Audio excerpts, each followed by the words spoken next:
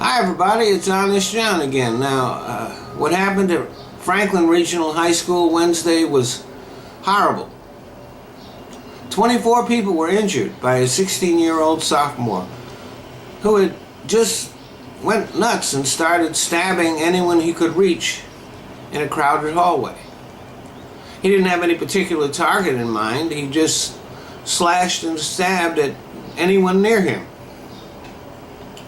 It was a terrible, senseless crime, which I'm sure was very traumatic for the students, the faculty, the entire town. The horror of this crime can't be overstated. But no one died. 5 students were in critical condition, but it looks like they're all going to pull through.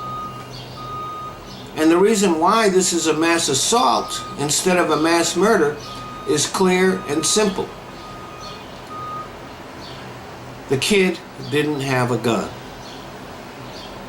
Imagine the carnage and death if he had brought an assault weapon to school, or even a pistol with an extended magazine. Instead of children recovering at the hospital, many of them would be at the morgue. And we would have another group of parents inconsolable, grieving the loss of their children. On the same day that the Sandy Hook massacre happened, when we lost 26 people, a man with a knife broke into a school in China and tried to kill the students and staff there.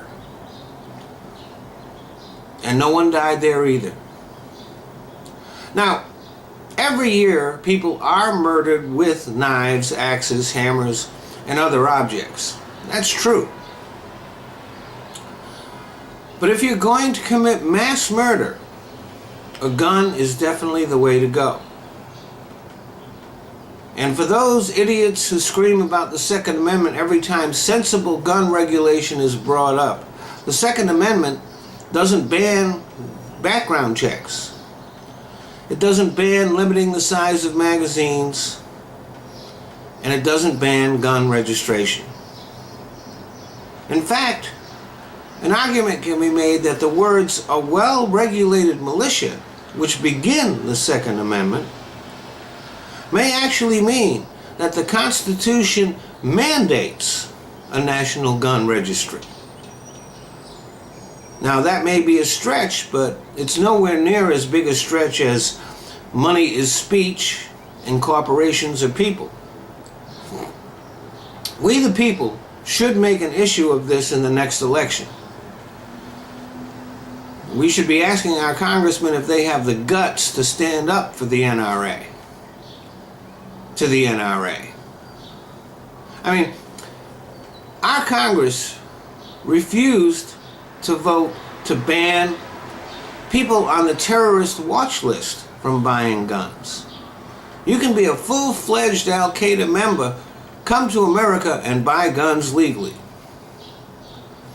Now, it would seem that we all have an interest in making sure that that doesn't happen.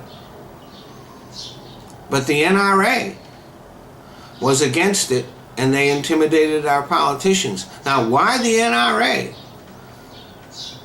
would think that it's in the best interest of everybody to let terrorists buy guns, well, you'd have to get them to explain that. But they were scoring that vote, and so our Congress chickened out. Now, if a politician doesn't have the guts to stand up to the NRA, he's not going to stand up to the banks, or big oil, or corporations, or the Koch brothers, or Sheldon Adelson, or anybody else. We need our leaders to stand up for the people, to stand up for our children, and to tell the NRA to fuck off and die. Thanks for listening.